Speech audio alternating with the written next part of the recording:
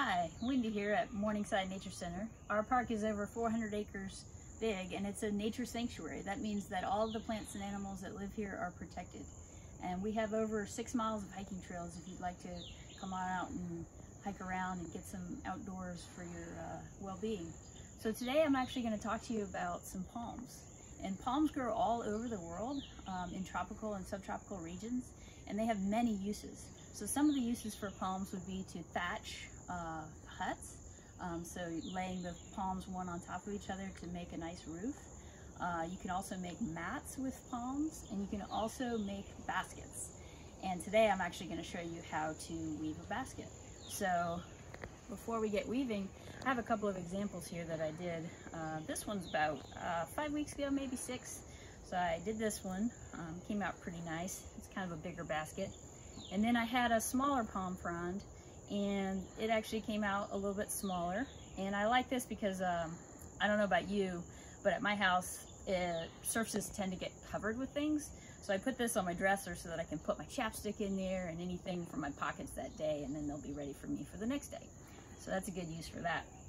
So just to kind of get you familiar with the type of palm we're going to use today, we're actually going to use a Saw Palmetto. And a Saw Palmetto, it actually, all of the segments that come off of the frond here from the petiole, they all originate from one spot, and it's a palmate leaf here, originated from one spot.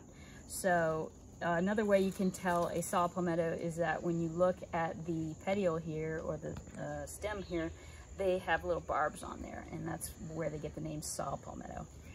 So I left the petiole on here just to show you. I'm going to get some of my personal protection equipment on here, because you don't want to get cut while you're working with this. So, and by the way, you know, your neighbor might have a palmetto, you know, growing in their yard. So, you know, you can ask them to see if you can go and cut one from their yard. And I actually cut this palmetto 2 days ago, and I found that it helps with the weaving process to have them a couple days old. Because they're a little bit more pliable, a little bit easier to work with. So this part of the Saw Palmetto, if you want to get creative, you can actually make the end of a ribbon dancing wand. So you can take a pruner and you can go up and down and get off the sharp bits. And you can get somebody to help you with that, an adult. And once you have those all shaved off, you can ask, maybe your dad or your mom might have some extra fabric around at home, or ribbons. And we actually have some ribbon here. We have multiple colors here that we had. We've got red and yellow and black. And if you're thinking about snakes, you can relate to the coral snake. The coral snake has yellow and red and black stripes. So in order to do ribbon dancing, you can do whatever you like. You can just dance outside to the sounds that you hear in nature and kind of get a rhythm, the nature rhythm, or you can put on your favorite song and dance. So basically you just do what you'd like. You know, and the ribbon kind of looks nice and graceful, and you can take some deep breaths as you're doing it and just kind of enjoy yourself. And if you have these 3 colors, you can put these 3 colors together and you can do a coral snake and just kind of have some fun with that. So it's all up to you. It's all your creation. Whatever makes you feel good, that's what you can do. So I have some other protective equipment here today. I've got some safety glasses, because as we're going to be weaving, sometimes the points get a little bit close to your eyes. So this is just to ensure that you don't end up with a sore eye. So if we look at the palmetto here, I have actually started to separate the segments. So over here, I've already separated them, and then I left some so that I could show you how to separate them. So they kind of grow in segments here. So you'll go to and it's nice to have a table to work at. So if you go to the end of the segment here, you just use your hands and you just kind of pull it apart, and you pull it apart all the way down to the base here. And it's okay if, you know, it doesn't quite go perfectly. Like you might have a couple of little rips, like I just had a little rip there. It's all right. When you're weaving, you won't even notice it later when you have your finished product. So I'm just going to separate these You might get a little confused at the end of the frond that the segments kind of split. You don't want to split them there. You want to come down and find where each segment is going towards the base of the palmetto, and that's where you want to separate it. All right, so you kind of get the idea here. Let me finish it out, and I'll show you how to start your weaving. And don't worry, sometimes, you know, when you're doing something new, it seems a little bit overwhelming, but you know what, just dive in. And you know, when I started this, I started one day and got a little bit frustrated and put it down, and I came back another couple days later and started again. So, you know, if you have a little false start there, you know, you can put it down, and when you feel like it, pick it back up. All right, so I've got all of my segments separated here all the way down to the base. So I can start on either side that I want. I'm just gonna start right here. So you start with the bottommost segment. You can start on either side, like I said, but I'm gonna start here. So what you do is you just go under the frond next to it, under the segment next to it. And then if you've ever done any weaving in school, you know that it's under, over, under, over. Okay, so sometimes you might not see what segment is next. So you want to kind of spread it out and see if you can figure out which one is growing next on the frond. So it's this one. So I'm going to go over that. Then I'm going to go under this one. Then since I just went under, I'm going to find the next frond and I'm going to go over that one. And then the one after that, I'm going to go under, and so on. So you just kind of figure out which one is next and you just go in that pattern. So under, over, under, over, under, over. And if you've ever weaved a maypole, maybe at school or at a festival, it's the same thing. You're going over and under. So that's how you start it. And it might take some time to start it there and to figure out where you are. But as you continue going, it gets a little easier. You can see the spaces between the segments. They're a lot easier. So instead of having you guys watch me do this for 30 minutes and get kind of bored with that, I have one that I started this morning, and I'm almost to the very end of it.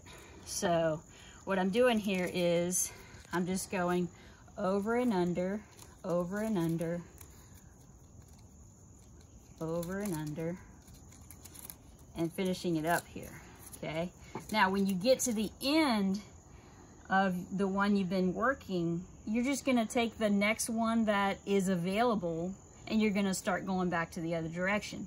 Now, to make it work, when you switch directions, you want to make sure that this one that you were just working on gets secured. So whichever way you need to bend this to secure that in place, that's the way you do it.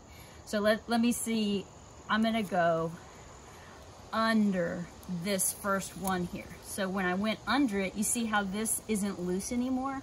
So that's the way you want to start, so that you're securing that last one that you're done with.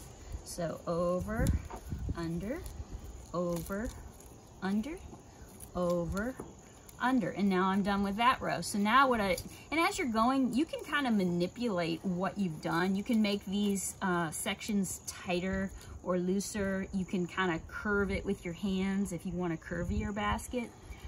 So now that I'm done with this, I need to now secure this so it doesn't move around.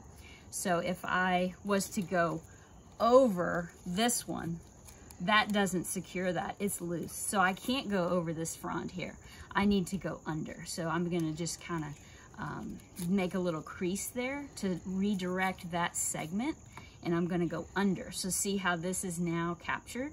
It's not loose anymore. So then you continue on. So you went under that one, you're gonna go over this one, and then you're gonna go under and over and under and over, and then you're gonna do it again. So you gotta make sure this one is captured. So you're gonna bend it there so now it can't move. And then you're gonna do it again. And that's how you work the weave. All right, so this one I'm gonna capture. And then over, under, over, under. Okay, then this one I'm gonna continue to go back that way. Over, under, and then I'm gonna come back this way and close off that one. Okay, and now I'm gonna capture that one. All right, so that's pretty much it. And now you've got all these pieces here. Well, you have to go back and you have to make it so these pieces don't stick out anymore. So what you're going to do is, this is the part where you have to be kind of patient, and you might come back to it a few times if you get a little tired of focusing your attention so close to where you're working. So what you do is you take the end and you just weave it through there, and you can weave the whole thing through there if you'd like. If that is something that you enjoy, you can do that. Or if you kind of are getting a little tired and you want to cut the end off and just weave it to tuck it under a few of these slats, you can also do that. So for instance, this one's pretty long down here. So what I can do is I can kind of turn it over here and figure out how far I want to weave it under, because you also want to keep it secure in there so it doesn't come out. So I can use my scissors here, and I can just trim this little part off here and then figure out where I want to weave it in so that it is secure. Okay, so that's under there. And you know what? It's your basket, and you can do it any way you want. If you want it to go a certain way, you can go that way. It's kind of like art. Art is different for everyone, right? So that's how you make a palmetto basket. And I hope that you too can have some fun at home and get out in nature and just kind of enjoy and kind of slow down and take some deep breaths. So we'll see you next time.